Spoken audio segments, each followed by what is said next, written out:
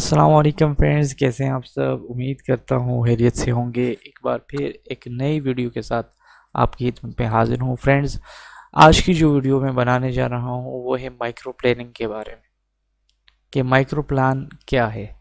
ठीक है जी, specially polio campaign के हवाले से माइक्रो प्लान क्या है, और इसके साथ साथ माइक्रो प्लान को बेहतर बनाने के लिए हमें किन किन चीज़ों की ज़रूरत होती है, किन किन चीज़ों से माइक्रो प्लान बनता है, और वो कौन कौन से इश्यूज हैं जो बार बार माइक्रो प्लान बनाते वक्त हमारे सामने आते हैं, उनसे हम कैसे बचेंगे, उनका हल क्या है।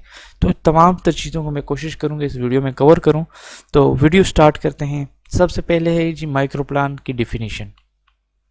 इस तरह है कि हमारी हेल्थ में आती हैं कैंपेन्स, कभी आती है आईपीवी, कभी एमआर, कभी टीसीवी, कभी पोलियो। अभी रिसेंटली बीसीयू की हुई है, नेक्स्ट बीसीयू की है। तो उस जब कैंपेन्स आती हैं तो उसके लिए हमारी कैंपेन की प्री कैंपेन एक्टिविटीज़ जो होती हैं उसमें हम प्लानिंग करते हैं। ये जो कैंपेन आ रही है इसमें हमें कितना एचआर चाहिए,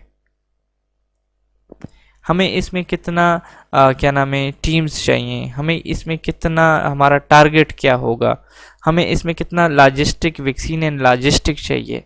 बहुत सी चीज़ें होती हैं।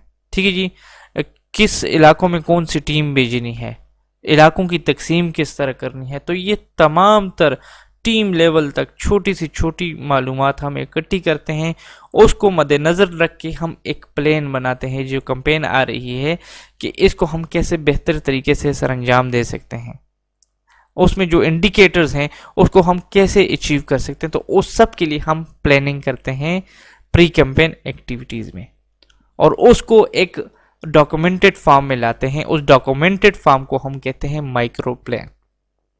ठीक है जी, अगर वर्ड माइक्रो प्लानिंग पे गौर करें तो ये दो अल्फाज का मजमूआ है। एक है माइक्रो, जिसके मानी है छोटी से छोटी, ठीक है, और प्लानिंग मनसूबा बंदी, हिकमत अमली।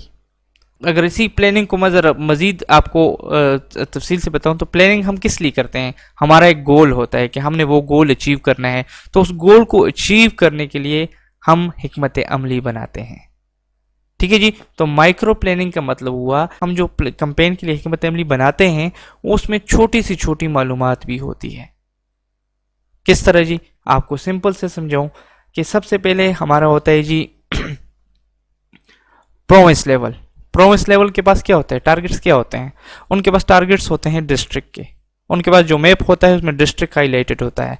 इसी तरह फिर प्रोविंस के बाद आ जाते हैं डिस्ट्रिक्ट पे, तो डिस्ट्रिक्ट वालों के पास यूसी के टारगेट्स होते हैं और उनके मैप में यूसी हाईलाइट्स होती हैं। नेक्स्ट आते हैं जी यूसी पे, तो यूसी पे एरियाज होते हैं कि ये एरिया फलां है, फलां एरिया इंचार्ज का है, ये दूसरा एरिया 2 है, ये एरिया 3 है। तो उनके पास जो डेटा होता है वो एरिया वाइज होता है, उनका जो मैप होता है वो एरिया वाइज होता है। एरिया वाइज के बाद जब मैं आता हूँ यूसी के बाद जब मैं आता हूँ एरिया वाइज पे, तो उनके पास टीम वाइज टारगेट्स होते हैं, उनके मैप्स टीम वाइज होते हैं। उनके जो मैप में होते हैं उसमें शो किया होता है टीम नंबर 1 के इलाका, टीम 2, टीम 3, और उनके पास टारगेट्स क्या होते हैं, टीम के होते हैं। और टीम के एरिया के बाद जब मैं टीम वाइज पे आता हूँ तो टीम वाइज के फिर डे वाइज में आते हैं। कैसे, इस टीम के पास फलां दिन में ये टारगेट है, फलां दिन में ये वाली हैमलेट करेगी, इसमें छोटे बच्चे इतने हैं, फर्स्ट एंड लास्ट इतने हैं, जो सबसे लो लेवल हमारा है टीम लेवल, तो उसका डेटा भी हमारे पास होता है। मतलब इजीली एक आम बंदा भी उसको समझ जाता है उस माइक्रो प्लान को कि ये माइक्रो प्लान किस तरह बना है, इसमें टारगेट्स क्या हैं, किस किस इलाकों को टीम जाएगी, इनका फर्स्ट एंड लास्ट क्या होगा। तो ये तमाम तर चीज़ें छोटी से छोटी मालूमात तक आ जाती हैं हमारे पास उस प्लान में। तो इसी वजह से इसको हम कहते हैं माइक्रो प्लानिंग। ठीक है जी, तो नेक्स्ट जाते हैं। अब नेक्स्ट जो स्लाइड है इसमें हमने बात की हुई है कि वो कौन से परसिस्टेंटली प्रॉब्लम्स हैं हमारी माइक्रो प्लान में यूसी लेवल पे। ये इस तरह है कि जब हमारी टीम मॉनिटर्स आते हैं, यूसी लेवल को आते हैं, डिस्ट्रिक्ट लेवल को आते हैं, तो वो वहाँ कुछ फाइंडिंग्स देखते हैं। ठीक है जी, फाइंडिंग्स किस तरह देखते हैं, वो तो पूरी डिस्ट्रिक्ट को नहीं देख सकते, हर एक यूसी को नहीं देख सकते। वो क्या करते हैं, वो 1, 2, 3 यूसी सिलेक्ट करते हैं, फिर उसमें जो इश्यूज आते हैं वो फीडबैक में अपने देते हैं कि हाँ जी इसमें ये इशू आता है, तो मतलब ये हमारी जो तमाम तर यूसीज में है इसमें मोस्ट में ये इश्यूज आते होंगे। तो वो जो फाइंडिंग्स होती हैं ये उस बारे में ये स्लाइड है कि वो कौन कौन सी फाइंडिंग्स है, वो कौन कौन से इश्यूज जो परसिस्टली आ रहे हैं, ताकि हम उससे बचें। तो इसमें सबसे पहले है इनकम्प्लीट और नॉन अपडेटिंग माइक्रो प्लान। हमारी ज़्यादातर एरिया लेवल यूसी लेवल पे ये होता है कि माइक्रो प्लान अपडेटेड नहीं होते, वही पुरानी कापीज़ रखी होती हैं। जब कोई मॉनिटर आता है तो ये इशू हाईलाइट होता है जी। दूसरा है एरिया इंचार्ज जो होते हैं वो माइक्रो प्लान प्रिपरेशन में होते नहीं। ये तो सबको पता है कि हकीकत क्या है कि हमारे जब माइक्रो प्लान बनते हैं या एक बंदे की रिस्पॉन्सिबिलिटी होती है कि वो माइक्रो प्लान बनाता है, या एरिया इंचार्ज उसमें होता ही नहीं है, या यूसीएम रिस्पॉन्सिबल होता है, या स्पोर्ट्स ड्राफ्ट बनाता है। तो सबकी जिम्मेदारी बनती है कि उसमें इन्वॉल्व हो एरिया इंचार्ज की। ठीक है जी। तीसरा है लास्ट कैंपेन की जो कमज़ोरियां हैं, जो वीक पॉइंट्स हैं। देखें, पिछली कैंपेन में मेरे पास कुछ poorly area cover, poorly area था, नो टीम एरिया था। ठीक है, इस तरह जो भी इश्यूज हैं उनको मैं अपने नक्शे में भी शो करूं ताकि मैं उनको तवज्जो दे सकूं, उनको मैं अपनी सुपरवाइजरी प्लान में भी हाईलाइट करूं, उनको मैं ज़्यादा फोकस में दूं। क्यों? पिछली कैंपेन में ये इश्यूज आए थे, तो उनके मुताबिक मैं वो अपने हर एक प्लान को बनाऊं। इसके बाद supervisory training plan not present. यहाँ एक चीज़ आपको बताऊं, जब भी आप यूसी लेवल पे कोई भी काम करो तो उसको हार्ड फॉर्म में लाजमी लाओ, डॉक्यूमेंट्स फॉर्म में लाजमी लाओ। जिस तरह हमारी यहाँ पे ट्रेनिंग की बात चल रही है, ट्रेनिंग होती है, आप बाकायदा ट्रेनिंग एजेंडा बनाएं, ट्रेनिंग की अटेंड शीट बनाएं और ट्रेनिंग के बाद एक मिनट्स लिखें कि हाँ जी हमारी ट्रेनिंग में ये बात हुई, ये इशू डिस्कस हुए, ये इशूज़ थे, इसका हल क्या है, वगैरह वगैरह। और ट्रेनिंग में इतने वर्कर्स थे, इतनी सोशल वर्कर्स थे वगैरह, सारा कुछ एक प्लान बना के उसे डॉक्यूमेंटेड फॉर्म में अपनी फाइल में रख लें। ये एक प्रूफ है। इसी तरह आजकल वो एमसीसी कमेटी की बात चल रही है कि जो मिस चिल्ड्रन कन्वर्जन कमेटी है, अगर आप उसकी डिटेल्स आपसे पूछा जाएगा आपके पास क्या सबूत है, तो आप सिंपली एक फॉर्मेट बनाएं, कमेटी के नाम लिखें, उनके साथ मीटिंग करें, उनके सिग्नेचर्स लें, उनके एक अलग से नाम लिखेंगे मेरी ये कमेटी है, तो उसको भी डॉक्यूमेंटेड करके अपने प्लान के साथ रख लें, माइक्रो प्लान के साथ। तो ये चीज़ें डॉक्यूमेंट में लाएं। ठीक है जी। दूसरा है एब्सेंट लॉजिस्टिक प्लान। देखें जी, लॉजिस्टिक प्लान भी हमारे पास नहीं होता कि हमें कितनी दरकार वैक्सीन है, हमें कितनी मार्कर्स चाहिए, हमारी कितनी चाक्स वगैरह, सारे तो लॉजिस्टिक प्लान होना चाहिए आपके पास। और ये एक बड़ा इशू है जो लास्ट वन है, actual field implementation is not following the plan. कि जो हमारा एक्चुअल फील्ड है, जो हमारा एक्चुअल माइक्रो प्लान है, वो चीज़ फील्ड में अप्लाई ही नहीं हो रही। माइक्रो प्लान में कोई और फर्स्ट एंड लास्ट हाउस है, उधर कुछ और है, उधर कोई और हैमलेट की तरतीब रूट में हमें दिखाई है कि टीम ऐसे जाएगी, ऐसे वापस आएगी, यहाँ कुछ और है। तो ये चीज़ें भी काफ़ी हाईलाइट होती हैं, तो इससे भी हम बचेंगे। नेक्स्ट है micro plan does not highlight presence of MP settlements. हमारी देखें पहले एचआरएमपी थे तो वो कुछ स्पेसिफिक हाउसेस हुआ करते थे। जब से एमएमपी हुआ है, मोबाइल एंड माइग्रेंट पॉपुलेशन आई है, तो उस हमारी पॉपुलेशन में ये इस किस्म की आबादी ज़्यादा आ गई है। तो हमारे माइक्रो प्लान अपडेटेड नहीं होते, हमारी मैप्स अपडेटेड नहीं होते, और अपडेटेड हों भी तो हमने उनको हर एरिया में शो नहीं किया। तो ये कहते हैं कि आप उनको बाकायदा हर एरिया में शो करें, जो उनकी सिंबल्स होता है, जो लैंडमार्क का निशान होता है कि जिसके तहत आप उसको शो करेंगे, तो उसके तहत आप मैप में उसको शो करें। ठीक है जी। नेक्स्ट जाते हैं improper selection of team and area in charge. बिल्कुल वही बात कि हम एचआर का जो एचआर लेते हैं, जो हमारी एचआर की सिलेक्शन है वो इम्प्रॉपर होती है। हम ये नहीं सोचते कि एक अच्छी टीम लें। ठीक है जी। सबकी बात नहीं कर रहा, बाज़ औक़ात इस तरह होता है कि ज़्यादातर हमारे दोस्त अपने रिश्तेदार ले लेते हैं। एक टीम में दो सिस्टर्स काम कर रही होती हैं, सिस्टर ब्रदर्स काम कर रहे होते हैं। तो मसला क्या होता है, अगर एक का भी मसला आ जाए, एक का भी मसला आ जाता है, तो ऑटोमेटिकली मतलब उनके घर में फौतगी हो जाती है या कुछ इशू आ जाता है, तो दोनों फील्ड से चले जाते हैं इमरजेंसी में। तो आपके पास उसका रिप्लेसमेंट नहीं होता, अगर रिप्लेसमेंट हो भी तो उसके एरिया का पता नहीं होता। तो इन चीज़ों में ख्याल करें कि अगर अव्वल तो कोशिश करें कि ऐसे बंदों को अपनी टीम में लेते भी हैं तो अलग-अलग टीमों में लें। अव्वल तो कोशिश करें ना लें, क्योंकि इस तरह बहुत सी चीज़ें होती हैं जो फील्ड में होती हैं जो गलत होती हैं, लेकिन वो एक दूसरे के रिलेटिव होते हैं, ब्लड रिलेटिव होते हैं, वो आपसे वो शेयर नहीं करते, वो छुपा लेते हैं। तो जब मॉनिटर आता है उसको चीज़ मिलती है तो आपके लिए वजह परेशानी बनती है।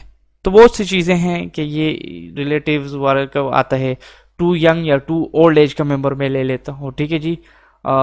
फीमेल का कोशिश करता हूँ, फीमेल की जो टीम्स होती हैं वो मेरे पास कम हों, इश्यूज ना हो। तो फीमेल जब तक नहीं होगी, याद रखें कि फीमेल की सिलेक्शन बेस्ट इस वजह से है कि फीमेल वाहिद ज़रिया जो घर के अंदर जा सकती है, आपको सही डेटा कलेक्ट करके दे सकती है। तो ये कुछ चीज़ें हैं, इन पे भी आपको फोकस करना है। नेक्स्ट है जी team deployment less than plan. मतलब हमारी जितनी टीम्स प्लान्ड होती हैं, ठीक है जी, माइक्रो प्लान में, वो तमाम तर डिप्लॉय नहीं होती। ठीक है जी, तो ये भी एक इशू है, इस पे भी फोकस करना है आपने जी। ठीक है, नेक्स्ट है जी unannounced last minute changes in the team areas. इस तरह होता है कि अव्वल तो अचानक ऐसे इश्यूज आ जाते हैं कि हमें टीम में से किसी को हटाना पड़ता है, या कोई आता नहीं, या कोई एब्सेंट होता है, वगैरह वगैरह बहुत से इश्यूज होते हैं। तो उस वक्त जो चेंजेस होती हैं उसका इस तरह किया करें कि अव्वल तो उसके मुताबिक अपना जो टेली शीट है, अपना माइक्रो प्लान अपडेट कर लिया करें। दूसरा, उसके मुताबिक आप अपने यूसीएमओ को बता दिया करें कि ये चेंजेस आई हैं, इस वजह से आई हैं, ताकि यूसीएमओ खबर और यूसीएमओ जो है वो डिस्ट्रिक्ट को इन्फॉर्म रखे। जो भी इस तरह की चेंजेस आती हैं ताकि उसका आपको, आपके यूसीएमओ को और डिस्ट्रिक्ट को पता हो जी। अच्छा जी, अब बात करते हैं माइक्रो प्लान पे कि हमारे पास कितने लेवल पे माइक्रो प्लान होता है, फॉर्मेट एट ईच लेवल। सबसे पहले है यूसी लेवल का माइक्रो प्लान। याद रखें, आपको कंपोनेंट्स याद होने चाहिए कि कौन कौन से कंपोनेंट्स होते हैं माइक्रो प्लान में। सबसे पहले हमारे पास जो मास्टर लिस्ट होती है हेमलेट लिस्ट की यूसी माइक्रो प्लान में, वो होनी चाहिए। यूसी माइक्रो प्लान की समरी शीट होनी चाहिए, साथ में यूसी मैप होना चाहिए विथ क्लियर एरियाज डिमार्केशन। मतलब वो जो हम कहते हैं कि उसकी हुदूद सही तरह से बनाई हो, कि बाउंड्रीज को सही तरह से हाईलाइट किया हो कि ये इस यूसी की बाउंड्री फलां यूसी के साथ लगती है, या ये एरिया की बाउंड्री फलां एरिया के साथ लगती है, तो वो क्लियर हो। ठीक है जी, और UC level social mobilisation plan भी साथ हो। UC level social mobilisation plan के बारे में यहाँ एक चीज़ मैं ऐड करता हूँ कि जब भी UC level social mobilisation plan आप बनाते हैं तो उसमें याद रखें कि आप अपने तमाम इंचार्ज को हर एक एक्टिविटी में इन्वॉल्व करें, क्योंकि जब डिस्क रिव्यू होता है, ठीक है, उसमें बाकायदा हर एरिया इंचार्ज के बारे में ये सवाल किया जाता है कि हाँ जी, स्कूल एक्टिविटी में जो सोशल मोबिलाइजेशन प्लान में स्कूल एक्टिविटी है, उसमें तमाम एरिया इंचार्ज ने एरिया 1 ने हिस्सा लिया है, एरिया 2 ने लिया है, एरिया 3 ने लिया है। तो जब आप उसको उस एक्टिविटी प्लान में इंटर करेंगे, उसको उसके ज़िम्मे एक रिस्पॉन्सिबिलिटी लगाएंगे, तो उसका वो नंबर नहीं कटेगा। तो जब वो नंबर नहीं कटेगा तो आपको माइक्रो प्लान पास हो जाएगा डिस्क रिव्यू में। ज़्यादातर नंबर हमारे सोशल मोबिलाइजेशन प्लान के हैं, तो ये चीज़ एक प्लस थी, तो मैंने कहा आपको बता दूं। इसके बाद आता है area micro plan. Area micro plan हमारे पास जी उसी तरह एरिया इंचार्ज की समरी शीट होती है, साथ में अपडेटेड ऑपरेशनल प्लान होता है, और एरिया मैप होता है with clear and defined team work demarcation.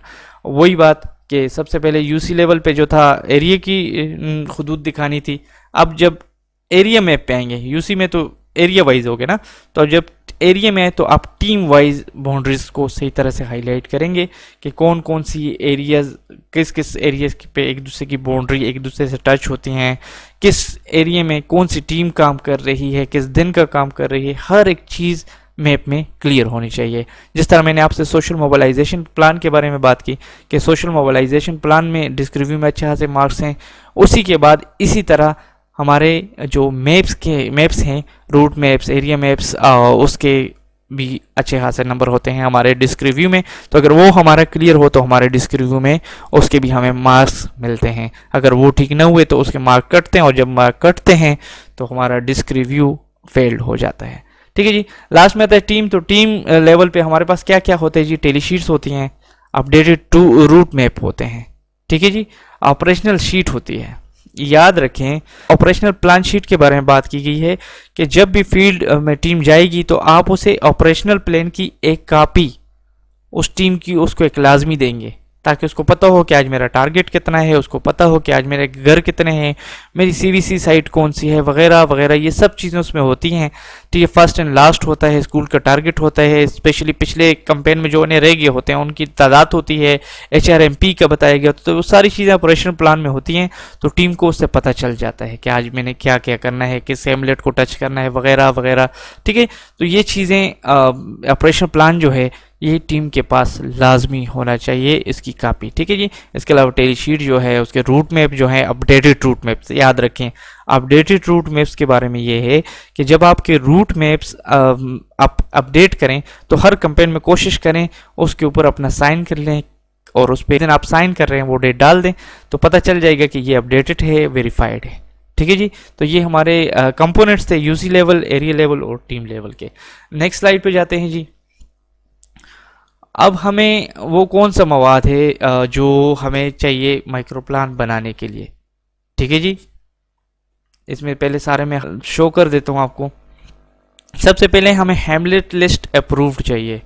हमारे जो स्टाफ है, हमारे पास जो यूसी लेवल पे स्टाफ होता है, एनजीओ होती है, जो भी होता है, जो विलेज सेक्रेटरी होते हैं, यूनियन काउंसिल सेक्रेटरी होते हैं, उनसे verified approved list of hamlet list हमारे पास होनी चाहिए, ठीक है जी। Learning from the last campaign, ये नहीं चीज़ें देखें, इस पर गौर करें कैसे। जब पिछली कैंपेन हुई तो उसके बाद जो हमारे कैंपेन में पोस्ट कैंपेन मीटिंग करते हैं उसमें जो जो इश्यूज होते हैं हम उसे एक वही बात के डॉक्यूमेंटेड फॉर्म में ले आते हैं। तो हम उस चीज़ को भी माइक्रो प्लान बनाते वक्त अपने पास रखेंगे कि उसमें हमने कौन कौन सी गलतियां की थी कि वो इस बार हमसे ना हो, ठीक है जी। तो वो जो आपके लास्ट पोस्ट कैंपेन मीटिंग होती है उसके जो मिनट्स होते हैं उसमें वो चीज़ हाईलाइट करें और उसको माइक्रो प्लान बनाते वक्त अपने पास रखें। प्रीवियस माइक्रो प्लान होते हैं जी, रजिस्ट्रेशन टेली शीट्स होती हैं, 2A 2B होता है, अपडेटेड फार्म फील्ड, इस तरह है कि कुछ मेजर चेंजेस आपकी फील्ड में आ जाएं, जिस तरह एमएमपी पॉपुलेशन आ जाती है, नए स्कूल अपडेट हो जाते हैं और बहुत सी बड़े बड़े चेंजेस जो होते हैं वो आते हैं, तो उसका भी रिकॉर्ड आपके पास होना चाहिए। और लास्ट में है प्रॉपर सिलेक्शन ऑफ एचआर, जिस पे हमने बात कर ली है कि प्रॉपर सिलेक्शन आप करें टीम्स की, ठीक है, कि आपके टीम्स वेल एजुकेटेड भी हों, समझने वाली भी हों, ठीक है जी, हर चीज़ को इजीली पिक करें और टेली शीट पे उनको अच्छा खासा अबूर हासिल हो वगैरह वगैरह सारी चीज़ें। वो हर एक बंदा समझता है कि मुझे किस तरह की मेरी टीम कौन सी बेहतर है, कौन सी कमज़ोरी है, तो उस मुताबिक अपनी टीम सिलेक्शन भी करें। यहाँ एक चीज़ मैं ऐड करूँगा कि हमारा माइक्रो प्लान बनता किससे है। हमारा माइक्रो प्लान जो एसओपीज़ के मुताबिक है वो बनता है टेली शीट से। याद रखें इस तरह होता है कि टेली शीट एनालिसिस सबसे पहले ज़रूरी यह है कि हम डेली बेस पे वैसे भी करते हैं लेकिन सही एनालिसिस करें ताकि कोई भी गलती हमसे छुपी ना रह सके। हम सही तरह से एनालिसिस करें, उसके बाद उस एनालिसिस डेटा को हम अपने 2A पे चढ़ाएं और फिर देखें जब मैं माइक्रो प्लान बनाता हूँ, जब मुझे यकीन है कि मेरा 2A बेस्ट है, मतलब इसमें कोई एरर्स नहीं है, वो 2A और टेली शीट एक दूसरे से मैच कर रहे हैं, तो मैं उस मुताबिक अपना माइक्रो प्लान बनाऊँ, उससे 2A से बनाऊँ या टेली शीट से बनाऊँ। तो बेहतर यह है कि आप टेली शीट से बनाएं, ठीक है जी। 2A से भी बन सकता है लेकिन बेहतर यह है कि आप 2A से बनाएं, ठीक है जी। नेक्स्ट स्लाइड पे जाते हैं जी। मॉनिटरिंग फीडबैक, ये एक चीज़ रह गई थी कि पिछली कैंपेन में जो मॉनिटर्स फीडबैक होते हैं, कोई मॉनिटर आता है यूसी को विजिट करता है, उसका फीडबैक आपको देता है, यूसीएमओ को देता है, डिस्ट्रिक्ट वालों को देता है, तो उस फीडबैक को भी अपने पास रखें, उसको भी जहन में रखें कि उनका फीडबैक क्या था, उन्होंने क्या क्या कमी खामियां निकाली थी, तो ताकि हम इस कैंपेन में उससे बच सकें। नेक्स्ट पेज पे जाते हैं। हम अपनी कौन सी हिकमत अमली ऐसी हैं जिसके ज़रिए हम अपने माइक्रो प्लान को बेस्ट बना सकते हैं, ठीक है जी। सबसे पहले तो है इंक्लूजन ऑफ मिसिंग हैमलेट। ऐसी कोई हैमलेट तो नहीं है जो मुझसे रही हो, ठीक है जी, उसको अपने माइक्रो प्लान में लाऊं, अपने वर्कलोड को रैशनलाइज करूं। याद रखें रैशनलाइजेशन हमारे पास जो होती है सबसे पहले होती है टीम रैशनलाइजेशन, ठीक है। मेरे पास 3 टीमें हैं, एक टीम के पास काम ज़्यादा है, दूसरे के पास काम कम है, तीसरे के पास भी कम है, तो मैं कोशिश करूंगा इन तीनों को काम को इस तरह कर लूँगा कि तीनों के दरमियान इस तरह रैशनलाइजेशन काम को कर दूंगा, हाउसेज इस तरह डिस्ट्रीब्यूट कर दूंगा G1 G2 G3 के मद्देनजर रखते हुए कि उन पे वर्कलोड इक्वली डिस्ट्रीब्यूट हो जाए। मतलब सब पे अगर एक के पास 80 हाउसेज हैं, दूसरे के पास 60 हैं, तो मैं इनमें से 10 या 5 घर और को दे के इसको रैशनलाइज कर दूँ, ठीक है जी। इसमें एक राय है, सजेशन आपको देता हूं कि अगर आपके पास G1 एरिया है, आप 80 हाउसेज देते हैं, G1 G2 G3 पे आके बात करेंगे, अगर आप उसको 80 हाउसेज देते हैं तो कोशिश करें फिक्स 80 हाउसेज ना दें, 75 हाउसेज दें, कुछ गैप रखें ताकि कल को न्यू घर अगर बीच में आते हैं तो आपके पास एक गैप होना चाहिए कि हम उसमें ऐड करें कि वर्कलोड रैशनलाइज ही रहे, ठीक है जी। तो ये एक एक्स्ट्रा पॉइंट था, मैंने कहा आपसे को सजेशन दे दूं। ये तो हो गया टीम वाइज रेशनलाइजेशन। इसके बाद देखें, अगर जब आप टीम वाइज रेशनलाइजेशन करते हैं उसके बाद भी वर्कलोड आपके पास ज़्यादा है तो आप एरिया वाइज रेशनलाइजेशन कर सकते हैं। मतलब अब आप अपना कुछ एरिया दूसरे एरिया को दे सकते हैं कि ये मेरे पास इजाफी है, वर्कलोड मेरा रेशनलाइज नहीं हो रहा, तो वो उधर एडजस्ट कर देगा। ठीक है जी, एरिया वाइज वाला देखेगा, अगर एरिया वाइज में के बावजूद भी वर्कलोड रेशनलाइजेशन नहीं हो रहा तो वो इंट्रा यूसेज रेशनलाइजेशन होगी। ठीक है जी, कि एक यूसी दूसरे के साथ वर्कलोड रेशनलाइज करेगी। तो ये 3 किस्म की रेशनलाइजेशन होती हैं। ये इसलिए मैं इतना बता रहा हूँ कि हमारी ज़्यादातर एरिया इंचार्ज, हमारी यूसीज यूसीएमओ हमसे डिमांड करते हैं कि हमें टीम चाहिए, हमारा वर्कलोड ज़्यादा है, एक टीम 90 हाउस कर रही है, एक टीम 100 हाउस कर रही है। तो ये इसी वजह से मसला होता है। जब भी कोई मॉनिटर आके जब देखता है कि हाँ जी ये इनको लाजमी ज़रूरत है, तो वो यही फाइंडिंग देता है कि नहीं जी इनका वर्कलोड रेशनलाइजेशन नहीं है। अगर एक टीम के पास 90 हैं तो दूसरे के पास 50 घर हैं, 60 घर हैं, तो जब ये अपना वर्कलोड रेशनलाइज कर लेंगे तो ये मसला ख़त्म हो जाएगा। तो ये है हमारी वर्कलोड रैशनलाइजेशन। ठीक है जी, तो इसको आपने करना है माइक्रो प्लान बनाते वक्त, इस चीज़ को इम्प्रूव करना है कि हमारा वर्कलोड रैशनलाइज हो। इसके बाद है कम्युनिटी वैक्सीनेशन साइट्स। ये जब भी आप माइक्रो प्लान में इंटर करें, कम्युनिटी वैक्सीनेशन साइट्स, ठीक है, सीवीसी जिसे हम कहते हैं, तो याद रखें अव्वल तो ये टीम से पूछ के रखें क्या आपके लिए बेहतर सीवीसी साइट कौन सी है, जहाँ पे आप जब आपको काम ख़त्म हो जाएगा आप केचप से पहले, केचप से एमडे केचप से पहले वहाँ बैठेंगी, तो उस घर का हमें नाम बताएं।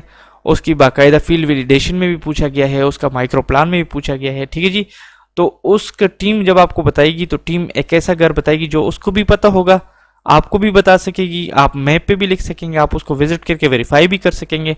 दूसरा, कल को मॉनिटर आता है टीम से पूछती है तो टीम को भी पता होगा। ठीक है जी, तो जब सीवीसी साइट असाइन करें तो वो टीमों से पूछ के उसको असाइन करें। आखिर में आ जाते हैं जी specifying the time for the team deployment. अब अपने माइक्रो प्लान में लाजमी याद रखें कि वहाँ एक सेक्शन होता है एचआर के नीचे सेक्शन में, नेक्स्ट हम बात करेंगे जब माइक्रो प्लान सामने आएगा, उसमें हम टाइम स्पेसिफाई करें कि किस वक्त हमारी टीम फील्ड के लिए जाएगी और किस वक्त अपना कैचअप स्टार्ट करेगी। इस तरह हो नहीं सकता कि एक ही वक्त में सारी टीम्स कैचअप स्टार्ट करें, इस वक्त हो ही नहीं, इस तरह हो ही नहीं सकता कि सारी टीम एक ही वक्त में डिप्लॉय हो। तो याद रखें जो सही टाइम होता है वही लिखा करें, सिर्फ इसको कागज़ न समझे करें कि बस फिल कर दिया, नहीं जी इस तरह बिल्कुल नहीं है। इसको स्पेसिफाई अपना सही जो ठीक टाइम है वो लिखा करें। तो यहाँ तक हमने बात कर दी कौन से काम है जिसके ज़रिए हम अपना माइक्रो प्लान को इम्प्रूव करके एक अच्छा माइक्रो प्लान बना सकते हैं। ठीक है जी, नेक्स्ट स्लाइड पे आते हैं। उसी को फिर उन्होंने फॉलो स्टेप पे लेके आया है। सबसे पहले वही क्या है कि आप डेटा के एनालिसिस करें जिसके थ्रू वर्कलोड रेशनलाइज हो। ठीक है, इसके अलावा area in charge walk through activity खुद करे, जाके वॉक थ्रू एक्टिविटी करे, अपना जो हेमलेट लिस्ट है वो जाके देखे, वेरीफाई करे, उसके बाद अपनी एमएमपी पॉपुलेशन वेरीफाई भी करे, अगर ठीक है नहीं है तो और ऐड करनी है तो वो भी ऐड कर दे, अपने मैप्स अपडेट कर दे। ठीक है जी, अपनी जो हेमलेट लिस्ट है, ठीक है जी, वो गवर्नमेंट ऑफिशियल्स हैं, एनजीओ है या आपके जो यूसी स्टाफ है, सेक्रेटरी वगैरह, उनसे वेरीफाई कर दे। इसके अलावा रूट मैप्स में माइक्रो प्लान जो ऑपरेशनल प्लान्स हैं उसमें अगर एमएमपी पॉपुलेशन है तो उसको ऐड कर दे, अपने रूट मैप में हाईलाइट कर दे, लैंडमार्क उसको एक निशान दे दे जिसके थ्रू वो उसको हाईलाइट करे। वर्कलोड रैशनलाइजेशन जिस पे मैंने पहले बात कर दी वो कर ले। अपना अगर पहले तो हम टेलीशीट से फर्स्ट एंड लास्ट हाउस उठाते हैं टेलीशीट से प्रीवियस कैंपेन की, अगर वो चेंज है तो उसको रिवाइज कर ले, वो अपने माइक्रो प्लान में लिख ले कि हाँ जी इस बार ये फर्स्ट एंड लास्ट चेंज हो गया है, वजह क्या है अपने पास नोट कर ले। और कम्युनिटी वैक्सीनेशन साइट खुद आइडेंटिफाई करे, हाँ जी मैंने जो लिखी है ये फील्ड में है, कहाँ है, टीम ने सही दी है कि नहीं दी, वगैरह वगैरह सारी वो आइडेंटिफिकेशन कर ले। वॉक थ्रू में एक और चीज़ है कि टीम के साथ अगर पॉसिबल है वॉक थ्रू लाजमी करे, ताकि टीम को अगर अव्वल हो न्यू टीम है तो उसे बता दे कि आपका फर्स्ट हाउस ये है, लास्ट हाउस ये है। इस तरह की एक वॉक थ्रू एक्टिविटी होनी चाहिए। हैंडशेक एक्टिविटी हो between the area in-charge and UCMO. मतलब एरिया, दो एरिया इंचार्ज की बाउंड्री जहाँ पे एक जगह पे है वहाँ पे एरिया इंचार्ज जाके हैंडशेक एक्टिविटी कर लें, अपनी बाउंड्रीज क्लियर कर लें। फिर इसी तरह यूसीएमओ, एक यूसी दूसरी यूसी के साथ जो बाउंड्री लिखती है वहाँ यूसीएमओ जाके हैंडशेक एक्टिविटी करके कर देंगे, हाँ जी यहाँ पे हमारी बाउंड्री, यहाँ ये घर हमारे पास आते हैं, ये आपके पास आते हैं। और बाउंड्री जब क्लियर हो जाए तो वहाँ जो करीबी बाउंड्रीज पे हाउसेज हैं उनसे पूछ लें, हाँ जी यहाँ हमारी टीम आती है कि नहीं आती वगैरह वगैरह। अक्सर हमसे ये घर इस वजह से रह जाते हैं कि वो टीम ये कहती है ये तो हमारा इलाका नहीं, ये तो हमारा, दूसरी भी कहती है हमारा इलाका है, तो वो घर रह जाते हैं। तो ये हैंडशेक एक्टिविटी इसी लिए लाजमी है। और इसी तरह यूसी के बाद इंटर डिस्ट्रिक्ट वालों को भी वेरिफिकेशन करनी चाहिए कि उनकी जो एक डिस्ट्रिक्ट के साथ दूसरे डिस्ट्रिक्ट की जो बाउंड्री लगती है उसकी वेरिफिकेशन भी कर लेनी चाहिए। तो ये स्टेप्स हैं हमारी कुछ इम्प्रूवमेंट के लिए, अगर हम इस पे अमल करेंगे तो हमारा एक अच्छा माइक्रो प्लान बनेगा। नेक्स्ट स्लाइड पे आते हैं। यहाँ पे G1, G2 और G3 की डिटेल्स बताई गई हैं।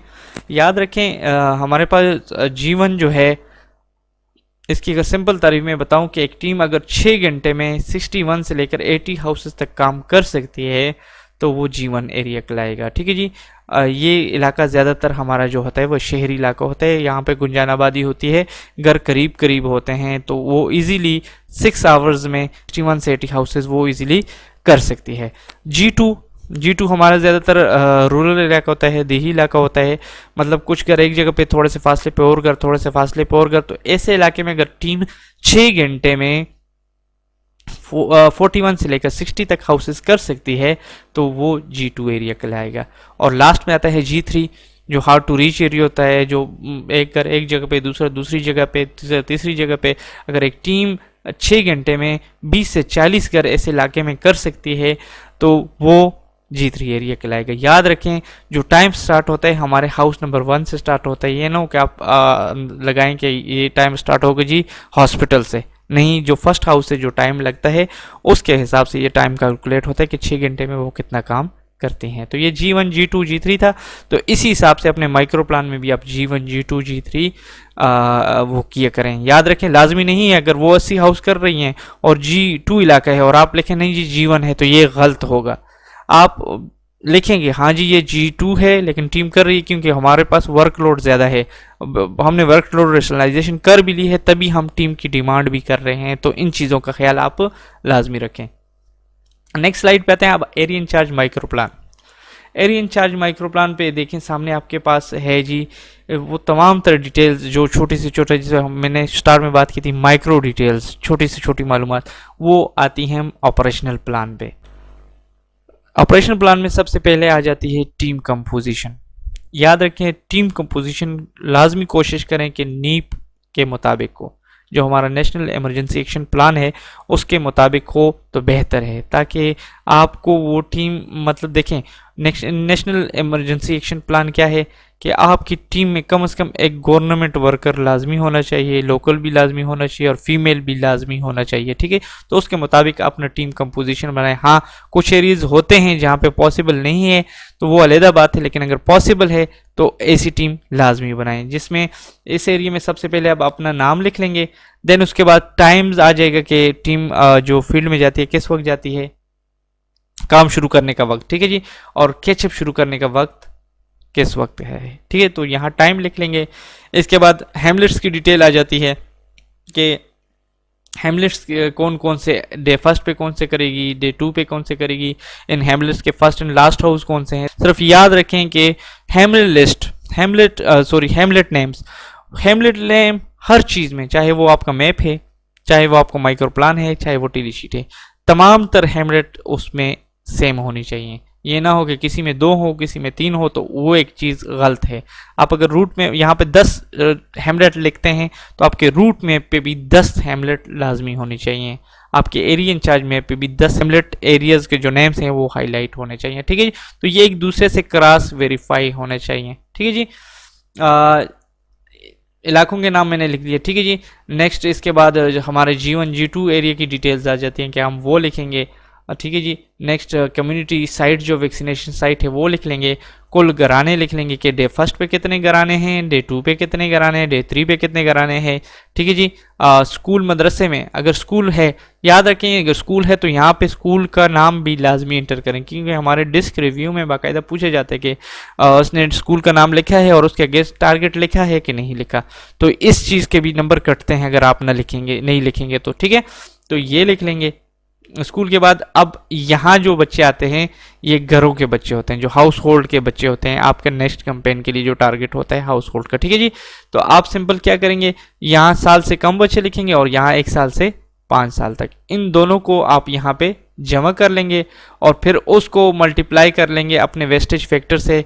हमारी आजकल याद रखें हर वैक्सीन का वेस्टेज फैक्टर अपना होता है, जो वेस्टेज परसेंटेज होती है वो अपनी होती है। आजकल बीओपी भी चल रही, तो बीओपी का 10% है जिसका वेस्टेज फैक्टर बनता है 1.11। इस बारे में मैंने एक वीडियो बनाई भी थी कि वेस्टेज फैक्टर हम कैसे निकालते हैं, तो उसका मैं लिंक भी दे दूंगा, लाजमी देखें। ठीक है, ताकि आपको पता होना चाहिए कि हम कैप्सूल का वेस्टेज फैक्टर किस तरह निकालते हैं, हम वैक्सीन का किस तरह निकालते हैं। ठीक है जी। तो उसको 1.11 से मल्टीप्लाई कर लेंगे तो उनकी डिमांड बन जाएगी। ठीक है। नेक्स्ट, गुज़िश्ता मुहिम में इस दिन में कितने स्टिल एने रह गए थे, आफ्टर केचअप इस दिन कितने एने या रिफ्यूजल, टोटल जो मिस चिल्ड्रन थे वो कितने रह गए थे वो लिख लेंगे। ठीक है जी। और लास्ट में इस दिन में कोई अगर एमएपी पॉपुलेशन है तो उनमें बच्चों की तादाद कितनी है ये लिख लेंगे। ये सब जब आप लिखेंगे तो इसको आप जमा कर लेंगे नीचे। ठीक है जी, यहाँ पे जमा कर लेंगे। यहाँ आपके पास लॉजिस्टिक आ जाती हैं, चाक कितनी चाहिए आपको, प्लास्टिक की थैली जिप लॉक कितने चाहिए, विटामिन कैप्सूल कितने चाहिए। ठीक है जी। तो ये लॉजिस्टिक प्लान में इसमें आ जाता है, तो ये भी साथ फिल कर लेंगे। ये है हमारा ऑपरेशनल प्लान। अब बात करेंगे कि हम टेली शीट में से डेटा कहाँ से उठाते हैं और कहाँ लिखते हैं। तो यहाँ सिंबल आपको मैंने इशारों से समझाया है। सबसे पहले आ जाता है HR का नाम, जो टीम के लीडर होती हैं और टीम मेंबर, उसका नाम आप यहाँ से उठा के यहाँ लिखेंगे। ठीक है। उसके बाद हेमलेट के नाम टेलीशीट में यहाँ लिखे होते हैं और माइक्रो प्लान में हेमलेट लिस्ट के जो दिन के काम के इलाके का नाम होते हैं तरतीब से नक्शे के हिसाब से लिखेंगे। ये देखें, ये चीज़ पे गौर करें कि तरतीब से कि ये पहले कौन सा इलाका करेगा, उसके बाद कौन सा इलाका करेगा, उसके बाद कौन सा इलाका ये टीम विजिट करेगी, वहाँ वैक्सीनेशन करेगी। तो तरतीब से लिखें। नेक्स्ट, फर्स्ट हाउस का नाम और लास्ट हाउस का नाम, ये भी टेली शीट से आपने इधर उठा लिया। ये एक आसान है, तभी इस पे इतनी कोई मुश्किल चीज़ है नहीं। फिर भी अगर कोई दोस्त ना समझे मैं उसे इंशाल्लाह मज़ीद क्लियर कर दूंगा। आप सिर्फ आपको समझाने के लिए मैंने एरोज के दिए हुए हैं कि आप समझ जाएं। ठीक है जी। नेक्स्ट आ गया टारगेट। ये देखें, ये टारगेट कहाँ से आता है, इस बारे में मैंने एक वीडियो बनाई थी टेली शीट एनालिसिस पे। टेली शीट एनालिसिस के कॉर्नर पे टोटल का कुल तादाद वाला कॉलम होता है। आप टोटल जब टेली शीट एनालिसिस कर लेते हैं वहाँ उन बच्चों को टोटल लिख देते हैं कि रिकॉर्डेड कितने हैं और कवर कितने हुए। तो वो जो रिकॉर्डेड चिल्ड्रन हैं, ये देखें यहाँ छोटे 9 थे और बड़े जो थे 22 थे। तो ये आप हाउस होल्ड टारगेट में लिख लेंगे। इसके बाद आ जाते हैं स्कूल के टारगेट। देखें, स्कूल के जो बच्चे थे हमने उठा के स्कूल वाले कॉलम में लिख दिए हैं जी।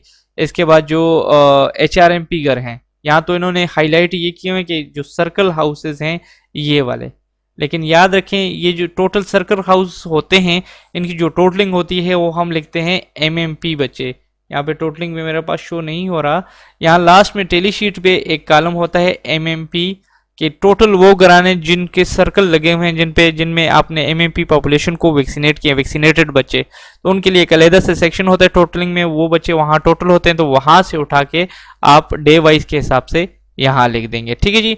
नेक्स्ट आते हैं जी पिछली कैंपेन के जो NA और मिस चिल्ड्रन है, NA रिफ्यूजल दोनों, उनकी टोटल तादाद डे 1 में कितनी थी, जो कैंपेन के बाद रह गए थे उनकी डे वाइज वो भी आप उठा के यहाँ लिख लेंगे। तो ये हमारी जो डेटा था आपको सिंपली मैंने बता दिया कि कौन सा डेटा जाके हम कहाँ लिखेंगे। ठीक है जी। इसमें एक हाउसेज रह गए हैं शायद, तो आप हाउसेज जितने हाउसेज ने विजिट किए हों वो वहाँ से उठा के यहाँ लिख लेंगे कि कितने घराने इसने विजिट किए हैं। ये हमने एक सिंपल एक टेली शीट से अपना माइक्रो प्लान बना दिया। अच्छा जी, अब यहाँ पे हमारा ऑपरेशनल प्लान कंप्लीट हो गया है। ठीक है, अब हम क्या करेंगे, मैं वापस आपको ऑपरेशनल प्लान पे लेके जाता हूँ समझाने के लिए। जब हमारा ऑपरेशनल प्लान यहाँ पे कंप्लीट हो जाएगा तो हम इन सब चीज़ों को यहाँ पे टोटलिंग कर लेंगे। ठीक है, इनको जमा कर लेंगे। जमा करने के बाद अब ऑपरेशनल प्लान तो बन गया, अब ऑपरेशनल प्लान से बनेगी हमारी समरी शीट। देखें अब मैं समरी शीट पे जाता हूं, ये आ गई समरी शीट, ठीक है जी। अब वहां ऑपरेशनल प्लान में तमाम गुज़िश्ता मुहिम के घरों की तादाद में जमा करके यहां लिख लूंगा, तो ये मेरी समरी शीट में टोटल टारगेट घरों का आ जाएगा। इसी तरह छोटे बच्चे, बड़े बच्चे, फिर इनको जमा करके यहाँ लिख लूंगा। स्कूल वाले तमाम ऑपरेशनल प्लान से जमा करके यहाँ लिख लूंगा। अगर फिक्स साइट मेरे पास उनकी वैक्सीनेशन टीम है तो उनकी टोटल कवरेजेस जमा करके यहाँ लिख लूंगा और ट्रांजिट की इधर लिख लूंगा। आखिर में इस कुल बच्चों को और इसको और ये फिक्स और ट्रांजिट के बच्चों को जमा करके मैं यहाँ लिख लूंगा। अच्छा फ्रेंड्स, तो यहाँ तक हमारी टोटलिंग हो जाएगी और इसके बाद वैक्सीन की टोटलिंग, फिर टेलीशीट की डिमांड, जो लॉजिस्टिक की डिमांड है, इसको भी हम टोटलिंग करके यहाँ लिख के इसको फिर जमा करके यूसी समरी शीट में ले जाएंगे। अब यहाँ पे आते हैं। यहाँ हमसे पूछा गया है कि आपके पास मोबाइल टीमें कितनी हैं जिनमें कम से कम एक हुकूमती अफराद है। मतलब दोनों क्यों नहीं पूछा गया, अगर एक टीम है उसमें एक गवर्नमेंट है एक सोशल वर्कर है तो वो यहाँ काउंट होगी, ठीक है जी। तो ये पूछ रहे हैं कि आपके पास कितनी टीमें हैं जिसमें कम से कम एक हुकूमती फर्द है। तो जितनी टीमें हैं जिनमें हुकूमती अफराद हैं उनकी तादाद आप यहाँ पे लिख लेंगे। फिर इसी तरह इन सारी टीमों में जो मोबाइल टीम्स हैं इनमें कितने में फीमेल मेंबर्स हैं, एक ही क्यों ना हो, एक फीमेल मेंबर भी हुई तो वो यहाँ पे काउंट होगी। फिर सारी मोबाइल टीम में से कितनी मोबाइल टीम में कम से कम एक मकामी फर्द है। जितनी मोबाइल टीम में मकामी अफराद हैं उनकी तादाद यहाँ लिख लें। और दोनों मेम्बरान बालिग हैं या नहीं कितनी टीमों के, तो लाजिम बात है यहाँ लिख लें कि चारों टीमों के, तीनों टीमों के मेम्बरान बालिग हैं, ठीक है जी। यहाँ हाँ या नहीं टीमों की तादाद लिख लें। आखिर में यहाँ MMP का पूछेगा खास तो जी तलब आबादी बच्चों की तादाद, तो जितने टोटल HRMP है वो आप यहाँ लिख लेंगे। अब यहाँ पे आते हैं समाजी तहरीर सोशल मोबिलाइजेशन के लिए जो मालूमात चाहिए होती है उसमें आते हैं। उसमें जो आपके घरों में इनकारी बच्चे स्टिल रिफ्यूजल रह गए थे उनकी तादाद, और ब्रैकेट में बच्चों की तादाद लिख लेंगे और बाहर उनके घरों की तादाद लिख लेंगे, कितने घरों में कितने बच्चे हैं, ठीक है जी, जो स्टिल रह गए थे कैंपेन के बाद। इसके बाद मजहबी मदारिस की तादाद, मदरसे वगैरह कितने हैं आपकी उसमें क्या नाम है फील्ड में, उनकी टोटल तादाद। इसके बाद जामे मस्जिद की तादाद, higher secondary school, higher secondary स्कूलों की तादाद, कितने हायर सेकेंडरी स्कूल हैं उनकी तादाद। और आखिर में वो जो स्कूल जिसमें 5 साल से कम बच्चे पढ़ते हैं उनकी टोटल तादाद यहाँ लिख लेंगे। याद रखें ये चीज़ें आपके रूट में पे भी होनी चाहिए, ये चीज़ें आपके क्या नाम है ऑपरेशनल प्लान में भी ये चीज़ें लिखेंगे। फलां जगह पे मस्जिद है, फलां जगह पे हायर सेकेंडरी स्कूल है, फलां जगह पे प्राइमरी स्कूल है, जो भी है मिडिल स्कूल है, उनका ये तमाम तर अगर कोई आपके ऑपरेशनल प्लान में देखे तो इससे टेली हो। यहाँ पे आ जाते हैं गुज़िश्ता मुहिम में रह जाने वाले बच्चे। यहाँ पे आप टोटल मिस बच्चे लिख लेंगे, जो टोटल स्टिल NA और रिफ्यूजल दोनों थे वो जमा करके लिख लेंगे कैंपेन के बाद जो रहे थे। और उनमें से PMC कितने थे, जो मुसलसल 2 या 2 से ज़्यादा कैंपेन में बच्चे रह गए थे उनकी तादाद यहाँ पे लिख लेंगे। यहाँ पे 0 डोज का रिकॉर्ड आ जाएगा कि 0 डोज के बच्चों की तादाद कितने रिकॉर्ड हुए थे और उसमें से कितने कवर हो गए हैं।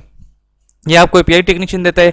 इस तरह है कि जब भी कैंपेन खत्म हो तो आप एक 0 डोज की लिस्ट बना लेंगे तमाम 0 डोज की एरिया इंचार्ज वाइज, और उसे API के हवाले कर देंगे। वो उसमें आगे डेट लिखता जाएगा कि इस डेट को ये कवर हो गए, कौन सा बच्चा किस डेट को कवर हुआ है। वो सारी लिस्ट जब नेक्स्ट कैंपेन आएगी वो लिस्ट उससे लेके उसकी कॉपी करके अपने माइक्रो प्लान के साथ भी अटैच कर लें और उन बच्चों की तादाद भी यहाँ लिख लें। तो इसी तरह मैं तमाम तर चीज़ों को जमा करके अपनी समरी शीट में लिख लूँगा और समरी शीट से मैं तमाम समरी शीट के घरों को जमा करके यूसी समरी शीट में लिख लूँगा। जिस तरह ये समरी शीट है इसी तरह यूसी की समरी शीट होती है। तो तमाम तर समरी शीट्स का ये वाला डेटा पहले घरों का फिर छोटे बड़े बच्चों को जमा करके मैं वहाँ लिख लूँगा। तो इस तरह मेरा माइक्रो प्लान बन जाएगा। ये था हमारा माइक्रो प्लान। उम्मीद करता हूँ आपको वीडियो पसंद आई होगी। फिर भी किसी किस्म का आपका सवाल हो, कोई कन्फ्यूजन हो, आप मुझसे लाजमी पूछ सकते हैं। नेक्स्ट वीडियो इंशाल्लाह रूट मैप पे बनाएंगे, मैप्स पे बनाएंगे। तो तब तक दुआ में याद रखें।